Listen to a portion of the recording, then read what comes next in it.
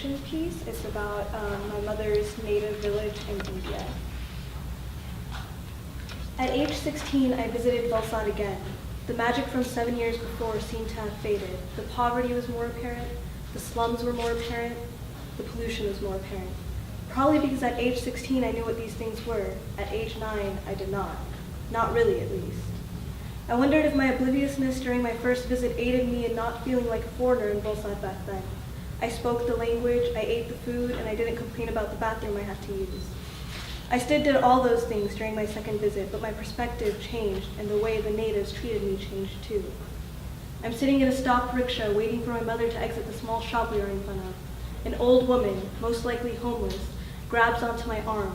She begs me to spare her a few rupees and says that if I do so, the blessings of God will rain down upon me. The rickshaw driver shouts at her to leave the American alone and shoos her away. I still remember the disgust I felt toward the rickshaw driver as he apologized on behalf of the vermin beggar. Who touched me? I remember the stories my mother told me about how she went hungry most nights in this village as a kid. I remember thinking that the old woman could have easily been my grandmother at a different time in a different generation.